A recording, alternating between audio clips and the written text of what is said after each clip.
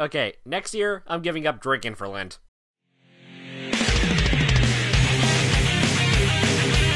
Hello, Pony, and welcome back to My Little Pony What Works. Today is probably the weirdest episode of the show.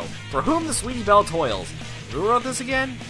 Ah, Dave Polsky. Now it all makes sense.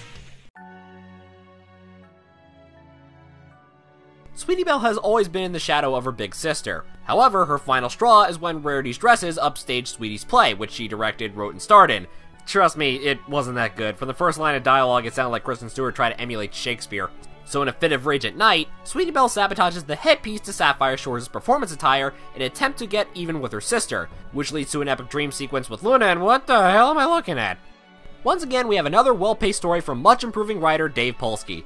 Rarity takes Manhattan notwithstanding. The story, at least Act 2 anyways, shares many similarities with The Christmas Carol in showing the past, present, and possible future revolving around Sweetie Belle and Rarity's actions. Not to mention, the title is in reference to Whom the Bell Tolls by Ernest Hemingway. Now we move on to the characters. Let's start off with Rarity. While not much has changed with her character, it's good to see continuity from Suited for Success, Sister Hoop Social, and Sweet and Elite get addressed in her character this week's episode, as shown when she tries to balance out Sweetie's play and Sapphire's performance outfit while keeping both interests at heart. Girl's gonna have an aneurysm one of these days. Next, we have the focus character, Sweetie Belle. Now, while I don't relate to Sweetie Belle, I do empathize with her situation, even though she's completely in the wrong. And it sometimes takes understanding the entire situation, or seeing a different side of things to understand the whole story, as shown with Luna displaying Rarity's viewpoint at Sweetie Belle's 5th birthday. Speaking of Luna, I don't know how to feel about her character here. I mean, I like her appearance a lot better here than in Sleepers in Ponyville, which she continued the plot instead of stopping it. On the other hand, her dream powers are still undefined. Is Luna projecting these images, or is it Sweetie Belle creating the dream? If it is Luna, how exactly is she able to get Rarity's point of view from the birthday party? It's a little confusing, but it's not frustrating.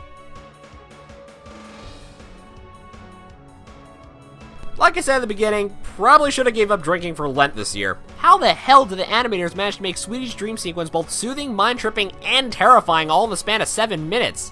Corey Toomey, might I suggest Celestial Sleepy Time tea before you go to bed next time? And once again, William Anderson presents another great score, which varies from trance-like to intense. Again, all within the span of 7 minutes of the dream sequence. Oh, how I miss Polsky's brand of humor in his last outing. Sure, the Cutie Mark Crusaders were cute in Twilight Time, but I'll take slapstick, bait and switch, and lampshading any day of the week.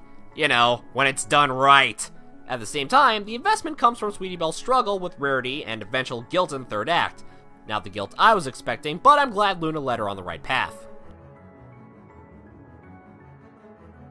Now, according to the MLP Wiki, the lesson learned was Sweetie Belle was sorry she got envious of Rarity's success. While that's all fine and good, I think the lesson was more about seeing the bigger picture and getting context for certain actions. This was an episode about understanding a different perspective, or at least that's what I got from watching it. So, the episode has a well-paced 3-act structure with good character interaction, beautiful animation and score, an interesting moral to say the least, and return of Dave Polsky's brand of humor. I give this weird concoction 4 stars. However, I probably wouldn't put it on my favorites list. I still enjoy episodes such as Bats and Pinky Apple Pie a little bit more this season. Speaking of apples, I think anyone who's paying attention will realize Applejack's key episode will be next time, as Josh Haber presents Leap of Faith. And I know who I'd bring on for this occasion. Until then, I'm the voice of reason, and I'll see you next time.